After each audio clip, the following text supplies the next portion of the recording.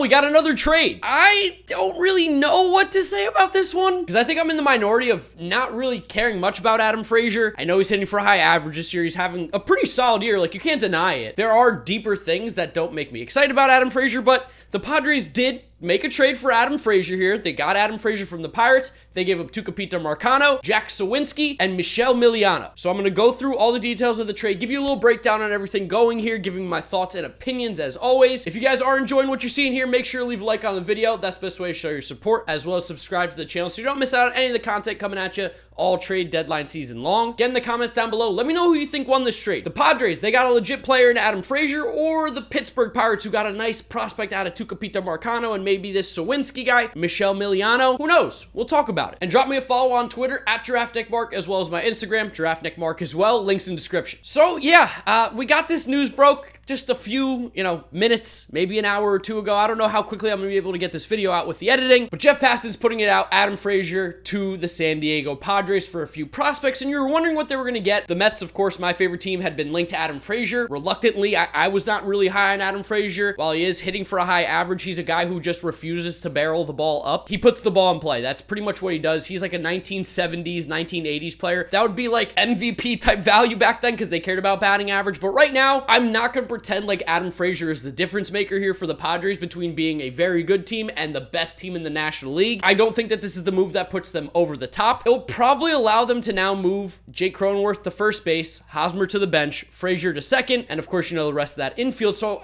it's weird because it is a good trade. They did improve their team, but I just don't know how much. Like, again, you're not going to look back and say Adam Frazier was the difference maker for the San Diego Padres between being a wild card team and winning the division, or even going as far to saying winning the World Series. So yeah, without a doubt, like, he is a solid player. He does stuff well. He puts the ball in play. He doesn't swing and miss, does not strike out, doesn't chase pitches. He's a tough out. I'll give you that. But when you're looking at like overall potentials and what a guy's going to be able to do, Adam Frazier just doesn't hit the ball very hard, doesn't barrel the ball up, has a low hard hit percentage, doesn't slug well, doesn't even really walk that well. He's a pesky player. That's really what he is. And in this Padres team, I think he'll fit great at the bottom of the order. Adam Frazier hitting 7, 8, 6, whatever you want to say, like that's a nice little player there. But I don't think he should be hitting at the top of this order, especially with all the talent that they have in this lineup. You got Grisham, you got Pham, you got Cronenworth, Tatis, Machado. I mean, you're naming 5 players that need to make sure that they're hitting before Adam Frazier. Bottom of the lineup, though, it's a really nice bat to add there. Not really much else to say. For the Padres, giving up a lot of the farm, but I don't think it's going to hurt them too much. Tucupita Marcano's kind of clogged up there with the Padres organization because he can't play third, can't play short, can't play second, really. He's been kind of blocked, so it makes sense that he was a guy that's on the move here. Saw a little bit of time at the major league level with the Padres, didn't do much enough to keep him around. Probably more of honestly, an audition, which is actually something that I've said in conversation before, that it seemed like the Padres were aggressive with calling him up to almost show off what he's possibly got. Now, at the major league level, he didn't do a lot, like I said, but you could still see the kind of player that he is. And in the minors, he's had good walk to strikeout rates, which is always positive. He plays a good shortstop, at worst second base, puts the ball in play, basically like a younger Adam Frazier. Doesn't hit the ball very hard, but will do the little things that you're looking for out of a middle infield kind of guy there. Doesn't hurt the Padres, though. They did improve. This is a nice pickup for them in Adam Frazier. And honestly, for me as a Mets fan, it's a sigh of relief because I was super nervous that we were going to do something stupid, like trade Jeff McNeil for Adam Frazier. And that, to me, it's not something I want to do. But Padres fans, nice pickup. You're going to put Hosmer on the bench, move Cronenworth to first. The team definitely improves by getting Adam Frazier. There's no doubt about it. They gave up guys who really aren't going to make an impact this year on their roster and got someone who's going to be able to play every single day and be a very solid second baseman. He was an all-star for the National League. Now for the Pittsburgh Pirates. The Pirates are obviously in sell mode. I don't think they're going to get rid of Brian Reynolds. I think he's part of their future plans, but Adam Frazier was not. 29 years old. He's not going to be a part of this future's Pirates team, so it was really smart of them to move him. I was interested to see what kind of haul they were going to be getting back. He was one of the most highly touted bats of the trade deadline right now, just because everyone knew he was on the move, and he could kind of fit on any team because he does play a variety of positions. I don't think the Pirates got too much, but I also didn't think they got completely screwed or got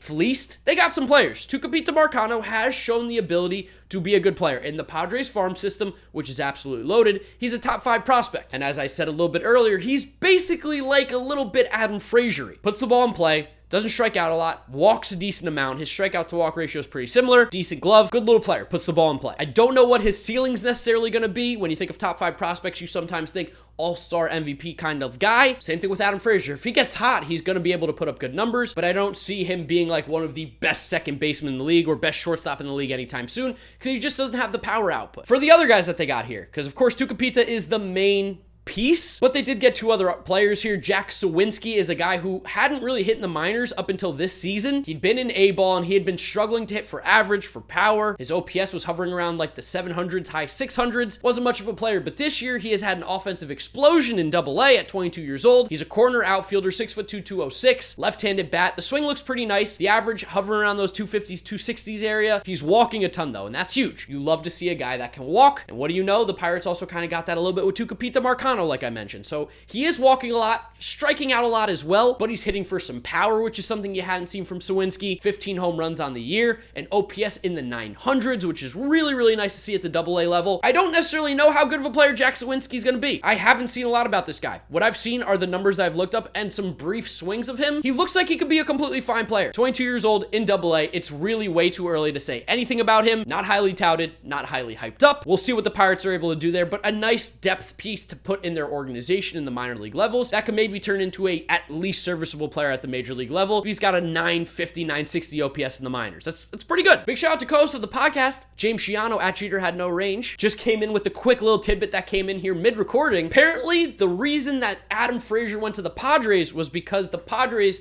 gave up Tucupita Marcano, and the Pirates gave them money. So along with Adam Frazier, they sent over that $1.4 million because they wanted Tucupita Marcano. And apparently the Mariners also had an opportunity to get Adam Frazier, but they didn't end up going with it. Pirates ended up choosing the Tucupita Marcano one with giving him money. So that's how high they are on Tucupita Marcano. And apparently, I guess the Mariners weren't going to give him too much. Now, in terms of this Michell Miliano guy, and again, I don't know if I'm pronouncing his name right. It's spelled like Michelle, so I'm going to go with it. At the minor league level, he's been okay. 21 years old. He's got a pretty big frame, 6'3", 185. This year, he's been in two levels. He's been at low A and high A. At low A, he did pretty well, which of course earned him the promotion. He struggled a little bit more in high A, but again, it's only been 4 1/3 innings. Overall on the season, he has a 3.60 ERA, 30 innings pitched, a whip at 1.4. Doesn't strike out that many batters, like okay strikeout stuff. The walks are a little bit concerning, does walk a few batters. Seems like he's just kind of an add-in and hey, we'll take a shot on this guy who could be a relief pitching arm for us at some point. You can never have too many pitchers as we know, and maybe they'll be able to turn him into something. But again, it looks like the main pieces here are going to be Tucupita Marcano, who we mentioned, good strikeout to walk ratio, good fielder. Adam Frazier, just a little bit younger. It's actually funny how similar he feels to Adam Frazier right now, and that they end up being traded for each other. And then Jack Suwinski, who looks like he could maybe be a corner outfield bat that's got a good eye, have a little bit of pop. There's not a whole lot on the last two guys that were included in this deal, Michell Miliano and Jack Suwinski, but they don't look like players that are just kind of nothing. They look like some decent throw-ins there, because again, Tucupita Marcano, as we just stated, with the $1.4 million being sent with Adam Frazier as well to the Padres for Tucupita, clearly was the main piece that the Pirates wanted back here. They had him circled, they had him starred, whatever it was. Pirates wanted him, and he's a good prospect. He's a top 5 prospect in a loaded Padres organization. So an interesting move. It's trade deadline season. Anytime there's a significant trade being made, I'm going to be making a video. So yeah, we've got Twitter notifications on this phone,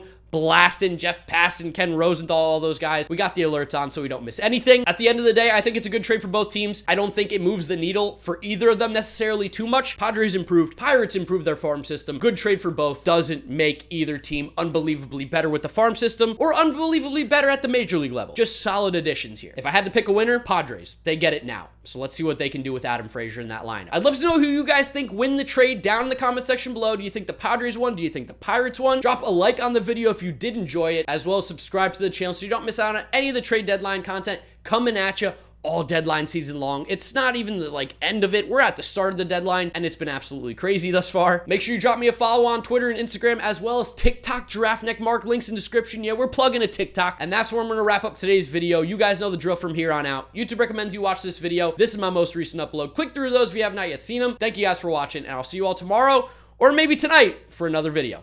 Bye.